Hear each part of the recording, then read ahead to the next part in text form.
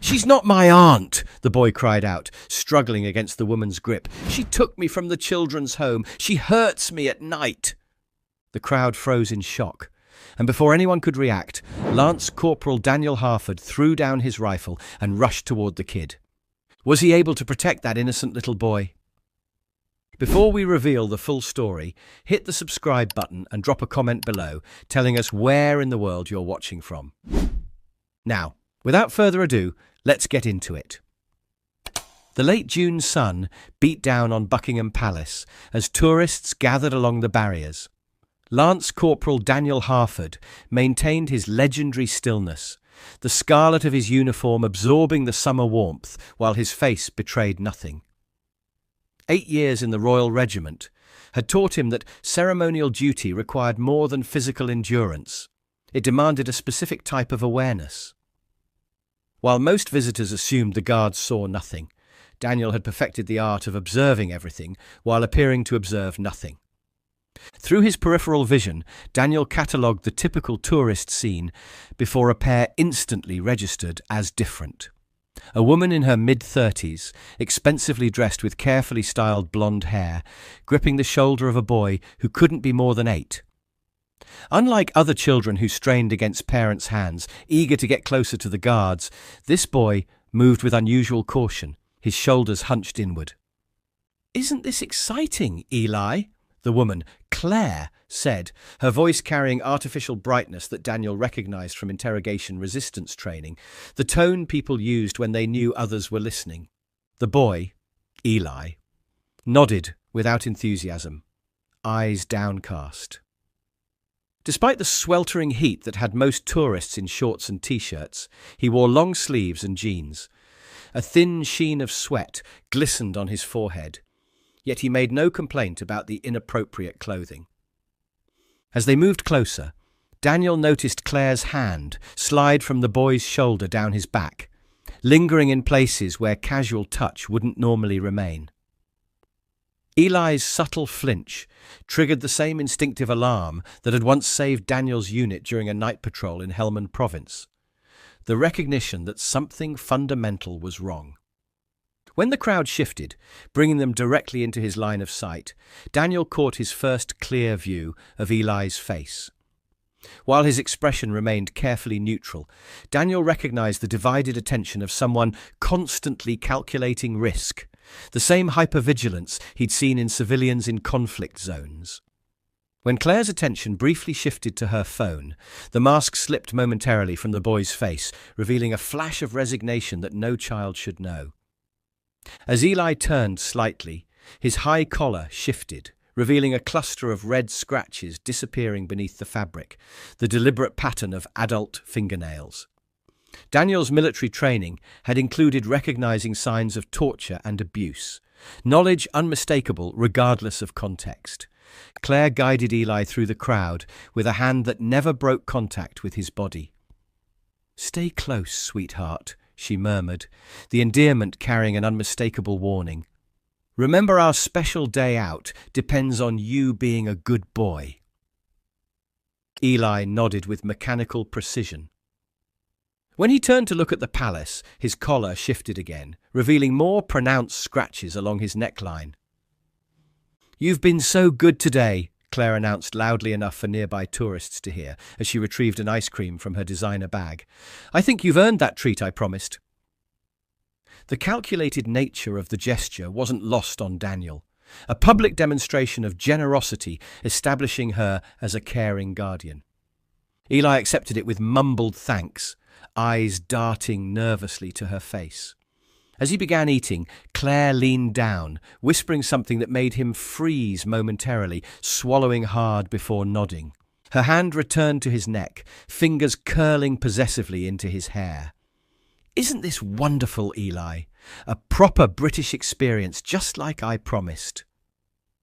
When her fingers tightened, using the grip to steer him closer to the barrier, Eli's eyes briefly closed. A child's attempt to escape what couldn't physically be avoided. A tourist bumped against them, causing Eli to stumble.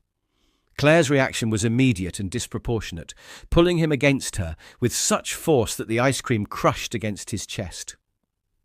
Rather than showing concern for the stain, her fingers dug into his side in what appeared to be a stabilizing gesture, but made him stiffen with pain. "Clumsy boy," she said, with a laugh that didn't reach her eyes. "We'll clean you up in a moment." Her hand moved from his waist to his lower back, then lower still, lingering in places that made Daniel's jaw tighten behind his ceremonial mask. Eli's response was telling, not pulling away or complaining, but a dissociative stillness that Daniel recognized from combat trauma briefings. His eyes took on the distant focus of someone retreating into an internal safe space, while his body endured unwanted contact. An elderly couple had been observing with increasing concern. The woman moved deliberately closer. "Such a warm day for long sleeves," she commented casually, offering Eli a gentle smile. "My grandson can't bear anything but T-shirts in this weather." Claire's arm tightened around Eli's shoulders. "He has sensitive skin," she replied smoothly. "Burns easily in the sun. Don't you, darling?" Eli nodded on cue. "Yes, Aunt Claire." "Your nephew is very well behaved," the elderly woman continued. "Most boys his age would be climbing the barriers by now." "I've raised him properly," Claire answered with practiced modesty. "Discipline and structure are so important for children." While they talked, the elderly woman's husband positioned himself behind them, his phone angled in a way that suggested he was documenting rather than simply taking tourist photos. A young mother with 2 children moved nearby, her eyes narrowing as she observed Claire's hand sliding down Eli's back again. "Excuse me," she interrupted. "My son has the same dinosaur on his shoes. Do you like dinosaurs too?" The question, directed specifically to Eli, created uncertainty. The boy glanced at Claire for permission. He began hesitantly. "He's more interested in history than dinosaurs," Claire intercepted. "That's why we're here seeing the guards. Isn't that right, Eli?" "Yes, Aunt Claire," came the automatic response, though Daniel caught the brief flicker of confusion in the boy's eyes. As they moved through the crowd, a tour guide's voice carried just enough for those nearby. "If you see something concerning involving a child, the palace security office is located at the east entrance. The staff are trained to respond to safeguarding concerns." Claire's posture stiffened. Her hand moved from Eli's back to his upper arm, fingers gripping with renewed intensity as she scanned the crowd with sudden wariness. Behind them, the elderly couple exchanged glances with the young mother, a silent communication of shared concern. The mother discreetly removed her phone, her thumb moving across the screen in what appeared to be a message rather than casual browsing. "I think I heard someone mention calling security," a teenage girl whispered loudly to her friend. Whether intentional or coincidental, the comment had an immediate effect. "We should move closer to see the changing ceremony," Claire announced, steering Eli through the crowd with new urgency. She navigated toward the front of the crowd, pulling Eli directly in front of Daniel's position. "Look, sweetheart," she announced loudly. "This guard is much more handsome than the ones in the pictures I showed you." Daniel maintained his forward stare, but his peripheral vision tracked every detail. The way Eli's shoulders remained tensed. How the boy's eyes briefly met his before darting away in learned caution. "Go on," Claire urged, pushing Eli forward. "You wanted to see a real royal guard up close." Her hand slid to the nape of his neck, fingers curling into his hair in what appeared affectionate, but functioned as control. Eli nodded silently, eyes fixed on the polished buttons of Daniel's uniform. "You can talk to him," Claire prompted. "He won't answer, of course. That's part of their tradition. They never respond, no matter what you say." The emphasis she placed on these last words carried a subtle warning. When Eli remained silent, Claire leaned down, her lips close to his ear. "Don't be shy," she whispered, loud enough for Daniel to hear. "Remember what we practiced? Go ahead, or our special time together tonight will have to include consequences." Eli swallowed visibly before taking a hesitant step closer. "Hello, sir," he began, the formal address incongruous from a child so young. Aunt Claire says you fought in wars before becoming a guard. From his position, Daniel could now see details invisible to most. The faint bruising at Eli's jawline, partially concealed by the high collar, the slight tremor in his small hands. Claire beamed with apparent pride, but her fingers remained firmly entwined in his hair. "Go on," she encouraged. "Tell him the other thing you wanted to ask." The boy turned back to Daniel, his voice dropping lower. "Aunt Claire lets me sleep in her bed when I'm good. She says it's our special secret." Daniel's military training had included maintaining composure under extreme stress, but nothing in combat had prepared him for the cold fury these words triggered.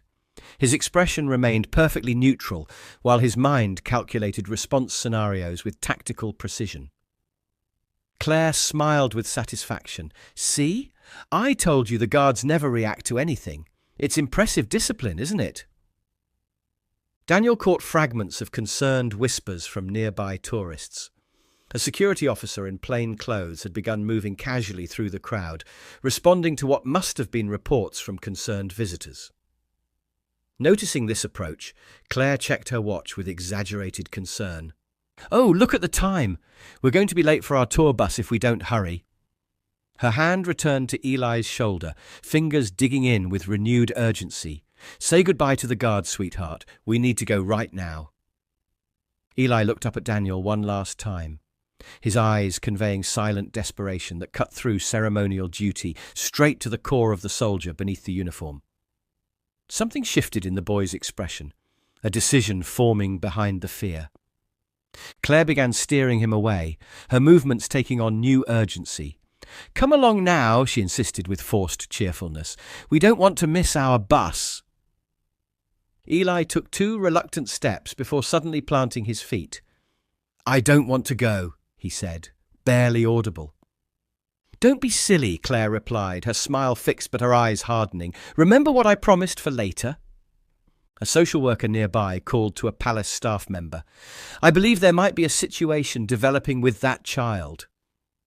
Claire's head snapped toward her with barely concealed panic. Her fingers dug deeper into Eli's shoulder. "We're leaving. Now." Something broke in Eli's carefully maintained facade. "She's not my aunt," he declared, his voice suddenly strong enough to carry to those nearby, his eyes locked with Daniel's. "She took me from the children's home 3 weeks ago. She said she was from the adoption agency." The crowd stilled, conversations halting as attention focused on the small boy and the woman whose face had drained of colour.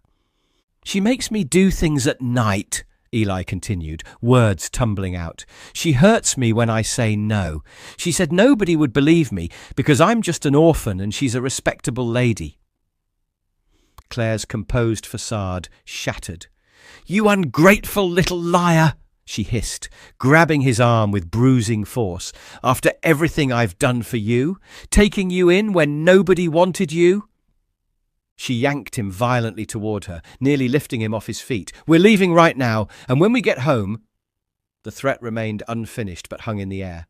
"Help me!" Eli cried out, eyes fixed on Daniel. "Please, she's not my aunt. I'm scared of what she'll do." Claire's face contorted with rage. "Shut up!" she snarled, all pretense abandoned as she began dragging Eli through the stunned crowd. "You're disrupting the guard's duty. That's a crime." The plainclothes security officer was still several people away. Eli struggled against Claire's grip, his small body twisting as he tried to break free, but her superior strength kept him firmly in her control. It was in this frantic moment that Lance Corporal Daniel Harford made a decision that would alter multiple lives forever. 8 years of military discipline, centuries of regimental tradition, and the sacred duty of ceremonial guard, all balanced against a child's desperate plea. The crack of his boots against stone shattered the ceremonial silence as Daniel stepped forward. In one fluid motion born of combat training, he grasped his rifle by the barrel and deliberately set it aside against the sentry box. an act so unprecedented that tourists gasped audibly, cameras swinging toward him in disbelief. 3 swift strides brought him to the barrier, which he vaulted with precision. The crowd scattered before him, creating a direct path to Claire, who had frozen in shock. Her momentary hesitation gave Eli the chance to wrench against her grip, though she recovered quickly. "Release the boy! Now!" Daniel's voice carried the full authority of his military command, the first words he had spoken during his entire duty shift. The ceremonial guard tourists, thought of as decorative, had transformed into a soldier with combat-hardened reflexes, moving with lethal focus. Claire recovered from her initial shock. "This is absurd," she declared loudly, addressing the gathering crowd. "This is my nephew having a tantrum because he doesn't want to leave." Daniel continued his approach. "I heard what the boy said, and I've been watching you since you arrived." Claire's grip on Eli's arm tightened to white-knuckled intensity. "This is none of your business. You have no authority here. Get back to your post." "Palace grounds. Queen's regiment. That gives me all the authority I need."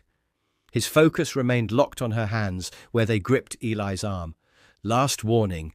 Release the boy." "He's confused," Claire insisted, voice rising as she addressed the surrounding tourists. "Tell them, Eli. Tell them I'm your aunt and you're just upset about leaving." Eli remained silent, his eyes fixed on Daniel with desperate hope. When Claire shook him roughly, demanding a response, tears spilled down his cheeks. "I've seen the bruises," Daniel stated flatly. "The scratches. Heard what he said about your special time together. Release him. Now." Claire's expression contorted with rage and calculation. "You're making a terrible mistake. Do you know who I am? My brother is on the city council. There will be consequences for this harassment." "The only consequence that matters is the one facing you right now," Daniel replied, closing the final distance. "Let him go." When Claire's fingers only tightened further, causing Eli to whimper in pain, something shifted in Daniel's controlled demeanour.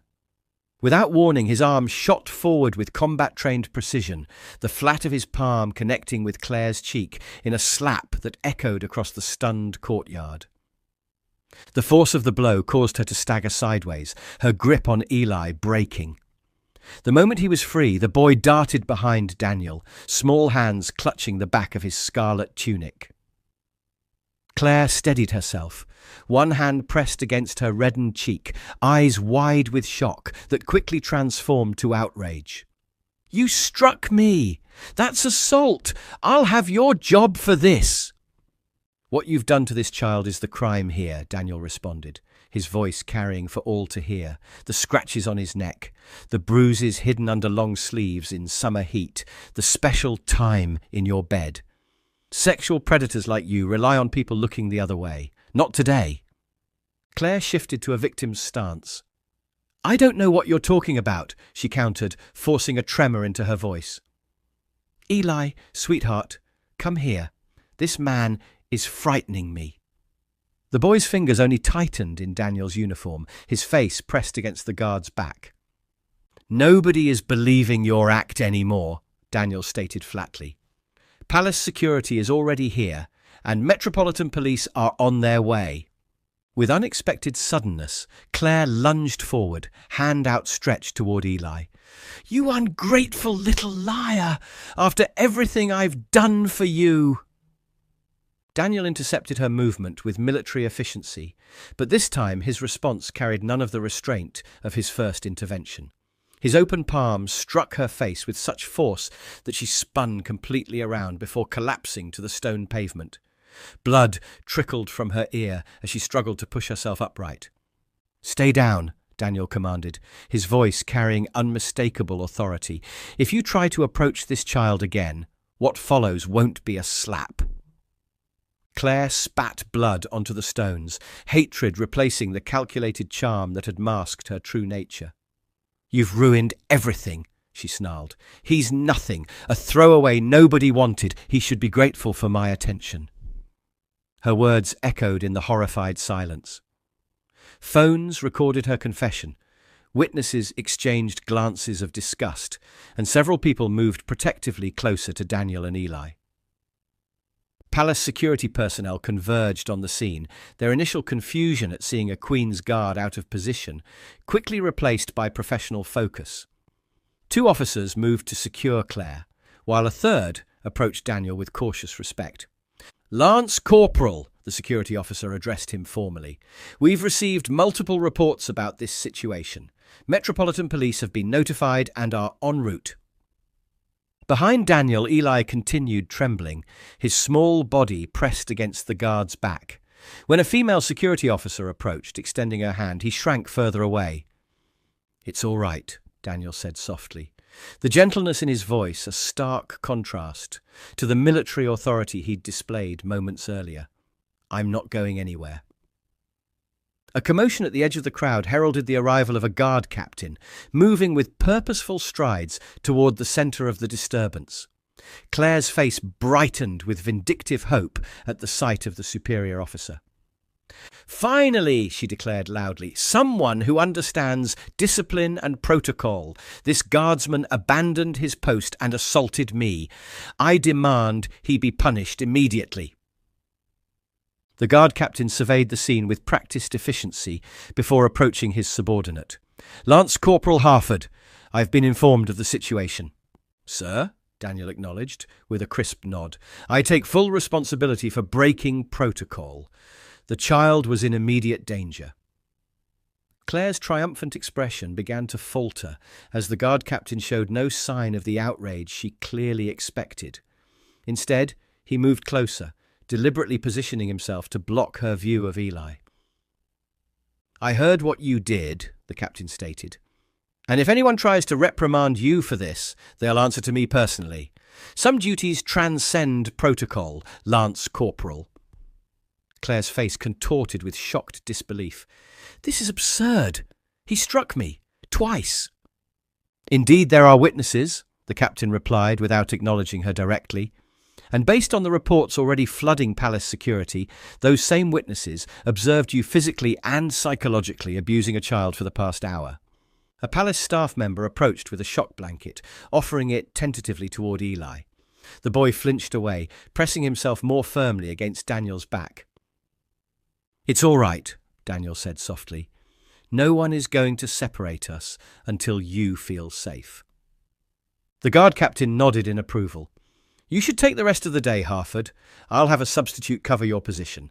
The boy needs stability right now, and you're the one he's chosen to trust." Metropolitan Police had arrived. Claire made one last desperate attempt. "He's lying! The boy has behavioural problems. Check his records at the children's home. He makes up stories for attention." Her outburst drew cold stares from witnesses, several of whom stepped forward offering their phones with recorded evidence. The elderly couple who had first noticed the concerning behaviour approached a police officer, explaining how they documented the inappropriate touching. Through this chaos, Eli remained silent, his face pressed against Daniel's uniform. When a female police officer tried to approach, he shrank away. "I need to ask him some questions," she explained to Daniel. "Not yet," Daniel replied firmly. "He's in shock." "We need to establish," the officer began. "With respect," Daniel interrupted, "I've seen combat trauma. This child is displaying the same signs. Questioning him now risks additional psychological damage." The guard captain stepped in. "Lance Corporal Harford has specialised training in trauma response from his military service. I recommend following his assessment for now." After a brief consultation, the officer nodded. "We'll need a statement soon, but it can wait. Do you have somewhere appropriate to take him?" Daniel nodded. "My wife is a clinical psychologist specialising in childhood trauma. Our home is nearby." "Catherine Harford?" the officer asked with sudden recognition. "From the Royal Children's Mental Health Initiative." "The same," Daniel confirmed. This connection visibly shifted the officer's approach. "That's actually ideal. We'll need proper documentation, but having Dr. Harford involved could be tremendously beneficial for the child's immediate welfare." As Claire was escorted toward a police vehicle, she made one last effort, her voice a hiss meant only for Daniel and Eli. "This isn't over. You've made a powerful enemy today, soldier boy." Daniel turned to face her fully, his words carrying absolute certainty. "For you, it is completely over. Every moment of what you did is documented by witnesses. Every word you've spoken is recorded. And I will personally ensure that you never come near another child as long as you live." As she was led away, the guard captain turned to Daniel. "You should go now. Take the boy somewhere quiet. I'll handle the formalities here." Daniel nodded gratefully. "Sir, my uniform is exactly what that child needs to see right now," the captain finished. "The symbol of protection. Keep it on until he feels secure enough to let you out of his sight." Kneeling to Eli's level, Daniel spoke gently. "Would you like to come with me? My wife and I have a house not far from here. You'd be safe there." Eli's wary eyes studied Daniel's face. "She said she'd find me if I ever told anyone. She said no one would believe me." "I believed you," Daniel replied simply. "And I promise you, she will never come near you again." "Do you have to go back to guard duty after I leave?" Eli asked, his voice small. "Not today," Daniel assured him. "I'll stay with you as long as you need me to." For the first time, Eli's grip on Daniel's uniform loosened slightly. "Promise?" "Soldier's honor," Daniel replied, offering his hand. After a moment's hesitation, Eli's small fingers wrapped around 3 of Daniel's. The taxi pulled up before a Victorian townhouse in a quiet London neighbourhood. Inside, Catherine Harford stopped abruptly at the sight that greeted her. Her husband in full ceremonial uniform, hand in hand with a visibly traumatized child. Kate's professional training was evident in her immediate shift to calm assessment. She knelt down, bringing herself to Eli's eye level while maintaining enough distance to avoid triggering his defensive responses. "Hello," she said simply. "I'm Kate." Eli pressed closer to Daniel's side, his fingers tightening around the guard's hand. "This is Eli," Daniel explained. "He's had a very difficult day and needs a safe place to stay." As the afternoon progressed into evening, Eli gradually revealed details of his 3-week ordeal. How Claire had established control through rewards and punishments, how she'd convinced him no one was looking for him because the children's home was overcrowded, how she'd trained him to perform for public audiences with practiced responses. When the boy finally fell asleep on the sofa, exhausted by the emotional aftermath, Kate joined Daniel in the kitchen, their voices low.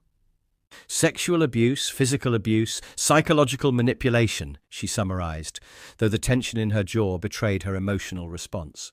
Classic predatory grooming patterns. She was conditioning him for long-term exploitation. Daniel nodded grimly. "I've already spoken with my commanding officer. They're granting me compassionate leave for the next week." Kate's hand found his across the table. "You did the right thing today. Breaking protocol, the physical intervention, all of it." "What happens to him now, after the immediate investigation?" Kate's expression softened. "Most likely return to the children's home, followed by placement with a vetted foster family." "Unless," Daniel began, then paused, studying his wife's face carefully. "Unless there's an alternative," Kate finished, a silent communication passing between them. Conversations they'd had many times before about their shared desire to provide a home for children who had experienced trauma. "We're already cleared as emergency foster carers through your work with the Trauma Initiative," Daniel noted, "and we've completed most of the certification for adoption." 3 days later, the detective assigned to Eli's case arrived with Ms. Reynolds from Children's Services. Claire Morgan, though that's not her real name, has been formally charged with multiple serious offences, the detective explained. "The evidence against her is overwhelming and she'll remain in custody throughout the legal proceedings." "She can't get out?" Eli asked, fear evident in his voice. "She said she had important friends who would always help her." "Not this time," the detective assured him. "The judge denied bail completely." Ms. Reynolds opened her briefcase. Normally, you would return to Oakwood Haven while we arranged a suitable foster placement. However, I understand the Harfords have applied for emergency fostering status specific to your case. Eli looked up with sudden hope. I can stay here with you and Mr. Daniel? That's what we're hoping, Kate confirmed, though her professional caution was evident. I've reviewed your qualifications extensively, Ms. Reynolds addressed both Harfords. Dr. Harford's expertise in childhood trauma and your existing certification create an unusually strong case. And, most importantly, Eli has formed a trust bond with both of you that would be damaging to sever at this stage of his recovery. There will be regular home visits and ongoing assessment, she continued, but I'm prepared to approve temporary placement with the Harfords, with potential for long-term fostering or even adoption if that becomes appropriate. Does that sound okay to you, Eli? Daniel asked gently. Would you like to stay with us for a while? The boy nodded, then hesitated. What if I have nightmares? Claire said I was too much trouble when I cried at night. Then we'll be there, Kate assured him simply. Nightmares are just your brain trying to make sense of scary things. They're nothing to be ashamed of. Mr. Daniel too? Eli asked. Absolutely, Daniel confirmed. That's what families do. They help each other through the hard parts. The word family hung in the air, its potential stretching before them, not as an instant solution or magical healing, but as a commitment to the long, complex journey of recovery that lay ahead. Later that evening, after Eli had fallen asleep, Daniel found Kate standing in the doorway, watching the boy's chest rise and fall in the peaceful rhythm of untroubled sleep. He didn't have a single nightmare last night, she observed quietly. That's significant progress already. Daniel nodded, wrapping an arm around her shoulders. He has a long way to go. We all do, Kate replied, leaning into his embrace, but we'll go together. As they stood watching over the sleeping child, who had so unexpectedly entered their lives, the future stretched before them. Not with the certainty of fairy tales, but with the genuine promise of healing that comes from finding safety after danger and family after loss. The broken protocol that had started their journey had led to something far more important than regimental tradition. It had created the possibility of wholeness for three people who had each in their own way been searching for completion. Would you step forward to protect a child if it meant breaking rules you've sworn to uphold? How many of us would recognise the subtle signs of abuse that Lance Corporal Harford spotted that day at Buckingham Palace? Sometimes the most important duty isn't to tradition or protocol, but to basic human decency and the protection of the vulnerable. The real strength of those who serve isn't just in standing guard, but in knowing when to step forward. If this story moved you, please hit the like button and subscribe to our channel for more powerful Royal Guard stories.